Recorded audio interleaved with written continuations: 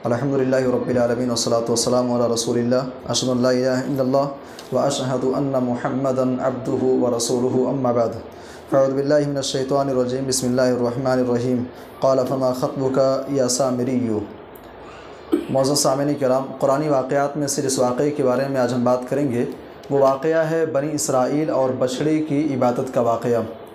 हज़रत मूसा अलैहिस्सलाम जब बनी इसराइल को लेकर के मिस्र से निकलते हैं, मूसा अलैहिस्सलाम और बनी इसराइल 40 सालों तक एक वादी के अंदर, जिसे मैदान तीह के नाम से कुरान हकीम ने ज़िक्र किया है, 40 सालों तक एक चटीर मैदान के अंदर बनी इसराइल को अपनी ज़िंदगी बसर करनी पड़ी। मैदान तीह के अंदर जहाँ बहुत सारे वाक़यात पेश आए, जहाँ बहुत सारे मोजज़ात ज़ाहिर हुए, उन्हीं में से एक वाक़या है बछड़े की इबादत का। और ये वाक़या कुछ यूँ है, हज़रत मूसा अलैहिस्सलाम कौम वालों से कहते हैं कि मैं 30 दिनों के लिए अल्लाह तबारक व तआला से मुनाजात के लिए मैं जा रहा हूँ। हज़रत मूसा अलैहिस्सलाम कौम वालों से 30 दिनों के लिए गायब होते हैं, कोहे तूर पर जाते हैं अल्लाह तबारक व तआला से मुनाजात के लिए। उस दौरान बनी इसराइल जब वो मिस्र से निकले थे, मिस्र से निकलने के बाद उनके पास क़िब्तियों के, फ़िरऔनियों के कुछ सोने, कुछ हीरे जवाहरात उनके पास रखे हुए थे।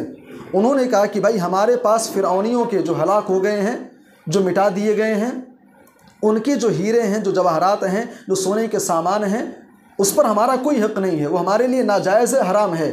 बनी इसराइल के सारे लोगों ने इकट्ठा हो करके उनके पास जो भी फ़िरऔनियों के हीरे जवाहरात थे, सबको ला करके उन्होंने एक गड्ढे के अंदर जमा कर दिया। बनी इसराइल के अंदर एक शख्स था जिसे कुरान हकीम ने सामिरी के लफ्ज़ से ज़िक्र किया है। बाज़ मुफस्सिरीन ने उसका नाम हारून बतलाया है। एक तो हारून इस्लाम जो कि पैगंबर गुजरे हैं, एक शख्स था सामिरी जिसका बाज़ मुफस्सिरीन ने हारून नाम बतलाया है। वो क्या करता है, जितने हीरे जवाहरात थे, जो सोने थे, सबको पिघलाता है। पिघलाने के बाद उसको एक शक्ल देने की कोशिश करने लगता है। अब्दुल्लाह इब्न अब्बास रज़ियल्लाहु अन्हुमा कहते हैं कि जब सामिरी सोने को, हीरे जवाहरात को पिघला करके जब कुछ बना रहा था, उस मौके पर हारून अलैहिस्सलाम वहाँ से गुजरते हैं। उससे पूछते हैं कि तुम क्या बना रहे हो?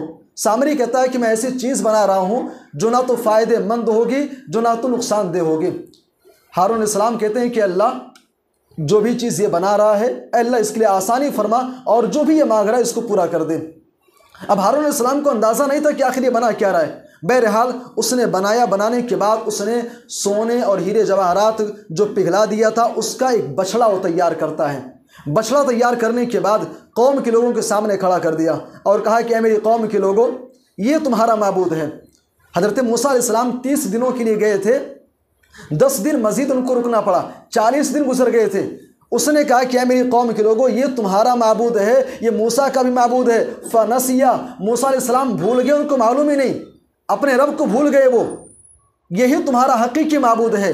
मुफस्सिरीन कहते हैं कि जब सामिरी ने उस बछड़े को बना करके तैयार किया, उसके सुरीन से, उसके पीछे से उसके अंदर हवा दाखिल हुई, और जब हवा दाखिल हुई तो हवा उसके पेट से निकलते हुए मुंह के रास्ते से जब बाहर निकलती है, आवाज़ निकलती है। जब कौम के लोगों ने यह मंजर देखा, कौम के लोग फ़ौरन उसके सामने अपने पेशाने को झुका दिए, उस माबूद की पूजा पाठ करने लगे। हज़रत हारून अलैहिस्सलाम मौजूद थे, समझाया का देखो ये तुम्हारा माबूद नहीं है, ये अल्लाह के साथ शिरक है। कौम के लोगों को समझाया। कौम के लोगों ने कहा कि ऐ हारून, कालू लन नबरहा अलैहि आकिफीना, हम बराबर इसी पर जमे रहेंगे, इस बछड़े की पूजा करेंगे, यहाँ तक कि हत्ता यरजिया इलैना मूसा, यहाँ तक कि मूसा अलैहिस्सलाम हमारे पास वापस लौट के आ जाएँ। हज़रत मूसा अलैहिस्सलाम को हे तूर पर थे।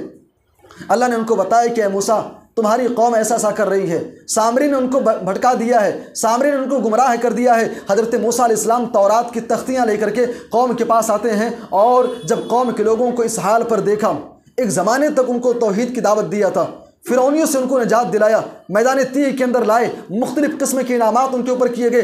उसके बावजूद जब कौम के लोगों का यह हाल देखा, हज़रत मूसा अलैहिस्सलाम गुस्से के मारे तख्तियाँ उठा करके फेंक देते हैं, अपने भाई को डांटते हैं कि आखिर मैंने तुमको नायब मुकर्रर करके गया था, आखिर तुमने इनको समझाया क्यों नहीं। हज़रत मूसा अलैहिस्सलाम समझाते हैं, बात करते हैं। सामरी से कहते हैं, क़ाल फ़मा ख़त्बुका या सामरी, ऐ सामरी तुम्हारा क्या मामला है, तूने ऐसा क्यों किया? सामरी कहता है कि मैंने एक ऐसी चीज़ को देखा था जिसको किसी ने देखा ही नहीं। मूसा अलैहिस्सलाम कहते हैं वो क्या चीज़ है?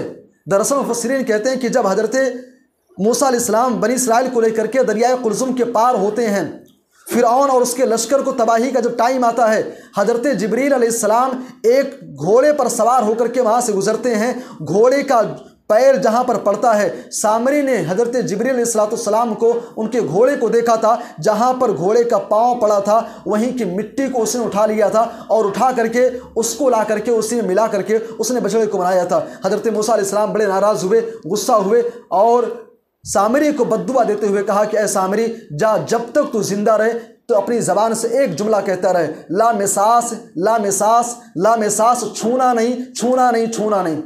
उसकी इस हरकत के ऊपर अल्लाह तबारक व तआला का अज़ाब नाजिल हुआ कि सामरी जब तक जिंदा रहा अपनी ज़बान से यही कहता रहा, ला मिसास, छूना नहीं छूना नहीं। क्या मतलब भाई? मुफस्सिरीन कहते हैं इसका मतलब ये है कि अल्लाह तबारक व तआला ने उसके ऊपर ऐसा अज़ाब नाजिल किया था कि अगर कोई शख्स उसे टच कर देता, कोई उसे छू देता था, तो छूने के बाद खुद सामरी को बहुत ही शदीद किस्म का बुखार चढ़ जाता था। जो छूता था उसको भी बुखार चढ़ जाता था। बनी इसराइल के अंदर सामरी कुछ दिन तो ठहरा रहा, उसके बाद यह अजाब बर्दाश्त ना कर पाने की वजह से इलाके को छोड़ करके जंगल के अंदर चला गया। बहरहाल ये बछड़े का ये वाक़या है भाई।